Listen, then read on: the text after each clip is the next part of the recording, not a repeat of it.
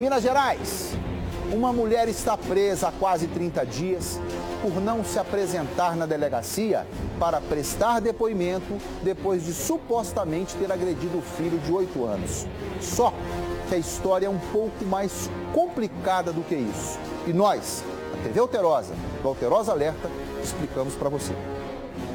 Antônio e os filhos foram almoçar na casa da irmã dele. O filho mais novo do casal, de 8 anos, brincou num lote e acabou se sujando. Quando voltaram para casa, Ana Paula Garcia, de 34 anos, mãe do menino, estava passando pano no chão e pediu para o garoto se lavar no tanque antes de entrar. Isso aí ele afastou dela, aí ela fez assim com a vassoura, como ele é branquinho, ficou as marcas do lado da costela dele. Mas ela agrediu ele, ela empurrou, como é que foi esse ato? Não, ela não agrediu não, ela só levantou a vassoura, e como ele é branquinho, a vassoura tá um pouco gasta já, aí ficou a marca do lado das cadeiras dele. No outro dia, Antônio seguiu a rotina da casa, levou o filho para a escola e foi trabalhar. Poucas horas depois, ele recebeu uma ligação no serviço, dizendo que o filho estava na delegacia. O diretor me ligou e disse que estava na delegacia com ele. Aí eu vim, né? Cheguei lá, o delegado lá deu uma intimação para me trazer para minha esposa. Por um descuido, por não querer preocupar a mulher, Antônio explica que não entregou a intimação a Ana Paula. 2 dias se passaram e a faxineira acabou sendo presa no local onde trabalhava. No próximo dia 17 irá completar 30 dias que Ana Paula está no presídio de Bom Sucesso. Durante todo esse tempo, o advogado de defesa da família busca alternativas para retirar a faxineira da prisão. Há um pedido de liberdade provisória que foi indeferido, há também um habeas corpus no Tribunal de Justiça em Belo Horizonte, ambos feitos por um colega da cidade de Lavras, e agora estou entrando no caso, pois realmente vi que é muito necessário sensibilidade, dedicação de todos, seja do Poder Judiciário, do Ministério Público, de todas as autoridades, para que ela volte à liberdade e possa se defender. Ainda segundo Rômulo, a prisão está deixando Ana Paula doente. Pode comprometer o relacionamento da família toda, da mãe com o filho, mas pior que isso, pode danificar irreversivelmente a criança, que pode se sentir hoje, de alguma forma, pressionada e até culpada por uma situação que ela não queria que estivesse acontecendo. Para piorar, Antônio foi demitido. Sem a mulher, ele não sabe o que fará da vida. A gente tá triste porque a gente vai ver, ela sai 5 horas para trabalhar e chega 3h30. Eu acho 5 anos nessa rotina. Da uma hora para outra tira a liberdade dela, tira a liberdade de nós tudo, né? Porque a gente também fica prisioneiro. Fiquei triste de ver ela daquele jeito que ela tá lá, pegou infecção. É um caso ímpar para nós e levanta uma grande preocupação. E por isso estou aqui deixando em público a nossa indignação. Por quê? Uma mãe tem a obrigação de educar seus filhos. Mas onde está esse limite? Qual é o limite que ela pode chegar? É importante que todos tenham a sensibilidade, pois é um caso até mesmo de direitos humanos. Você tirar uma mãe de dentro de casa, colocá-la numa cadeia e o filho ficar afastado dos pais, será que esse é o caminho? Não é melhor o diálogo? Não é melhor ter alternativas que o próprio Poder Judiciário pode aplicar? Eu imaginei que eu fosse dar um nó em vocês que estão me assistindo agora. Eu imaginei que fosse dar um nó. Porque a primeira fala é essa. Uma mãe bateu no filho. Aí a rede social toda vem e diz: isso é um absurdo, isso não é mãe, isso tem que pagar, isso tem que fazer. Mas a fala do advogado deixa claro. Qual é o limite? Qual é o limite? Deixa eu falar para vocês, deixa eu mostrar para vocês o que o pai disse sobre esse episódio. Acompanhe comigo. Isso aí ele afastou dela, aí ela fez assim com a vassoura, como ele é branquinho, ficou as marcas do lado da costela dele. Mas ela agrediu ele, ela empurrou, como é que foi esse ato? Não, ela não agrediu não, ela só levantou a vassoura, e como ele é branquinho, a vassoura tá um pouco gasta já, aí ficou a marca do lado das cadeiras dele. Nossa Justiça Mineira, e eu vou citar o nome dele porque eu tenho reverência pela figura de Sua Excelência, do Dr. Wagner Wilson, não está hoje mais na Coordenadoria da Infância e Juventude do Tribunal de Justiça de Minas Gerais. Tribunal esse que gastou R$ 1 milhão comprando carros novos para os desembargadores. Mas nós não temos aqui em Minas Gerais a vara especializada para colher depoimentos de criança, o famoso depoimento sem dano. O que significa isso? Ouvir a criança sem que ela se sinta coagida, sem que ela se sinta sofrendo aquela participação de alguém. Você apanhou da sua mãe? Não. Depoimento sem dano, de maneira que os especialistas possam falar com ela de maneira lúdica, em um espaço ali que seja comum a uma criança.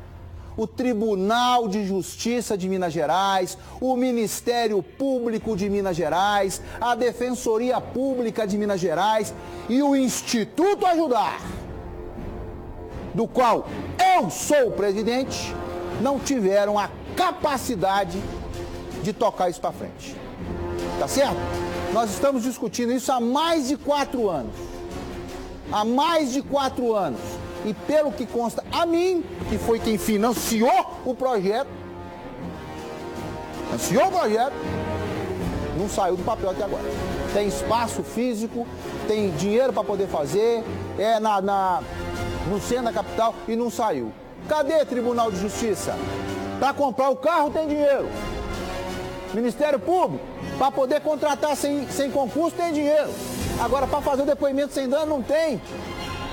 Essa mãe está presa, porque não tem os advogados top do verão para poder soltar. Porque se tivesse esses caras que trabalham na justiça lá da Justiça Federal de Curitiba, lá em Brasília, já estava na rua há muito tempo. E cadê a nossa ordem dos advogados do Brasil para poder ir até o tribunal e pedir urgência e emergência, porque essa criança está sem a mãe? Vocês já imaginam? Milton, vem pra cá. Meu querido Guilherme, cadê meu Guilherme? Eu quero falar com o meu Guilherme. O meu Guilhermão, querido, meu diretor lá em Varginha. Põe o Guilherme na linha pra mim, fazendo favor. Rafael Martins, vem comigo.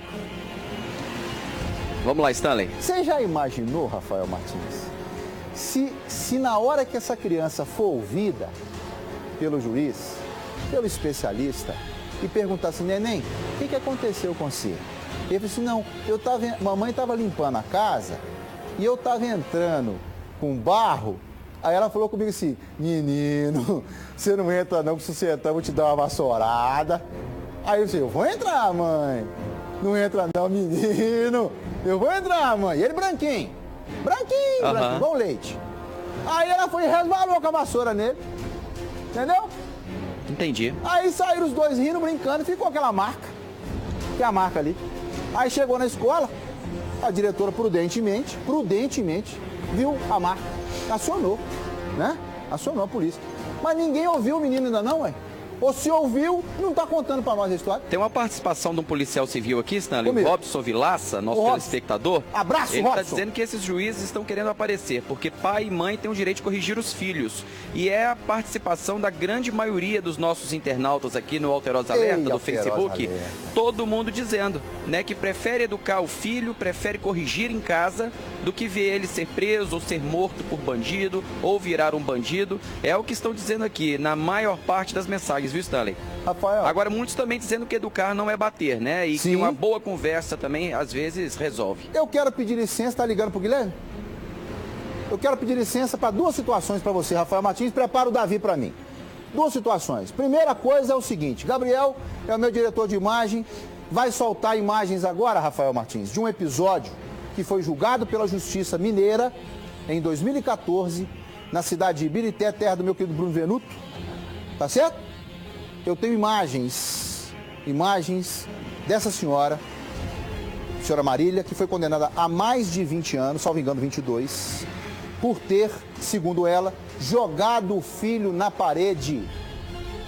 Ela perdeu a cabeça e jogou o filho na parede e ele teve traumatismo craniano, né? Segundo ela, teria agido assim porque ele mexeu, abro aspas, no celular dela. Essa criança morreu, ela tomou 22 anos de cadeia. E ela ainda escondeu o corpo dela no sol. É uma loucura. Estou fazendo a analogia porque estão corretamente punindo os fatos de agressão contra crianças. Correto, Rafael? Exatamente. Estão punindo. Agora, aonde está a punição para aquele homem público que está deixando a criança morrer nos postos de saúde sem medicamento? Ah, aí que tá, né? Onde está? Onde é que está? Eu estou perguntando com toda subserviência, com toda humildade. Porque você julgar a criança na parede é crime. Crime. Você dar uma vassourada na criança é crime. Agora, você não dar à criança a vacina necessária não é crime? Você deixar a criança sem a matrícula na escola não é crime? Não é crime? Você não entregar para a criança o medicamento que ela precisa como principal não é crime? Não é não, Rafa? Exatamente. Pergunta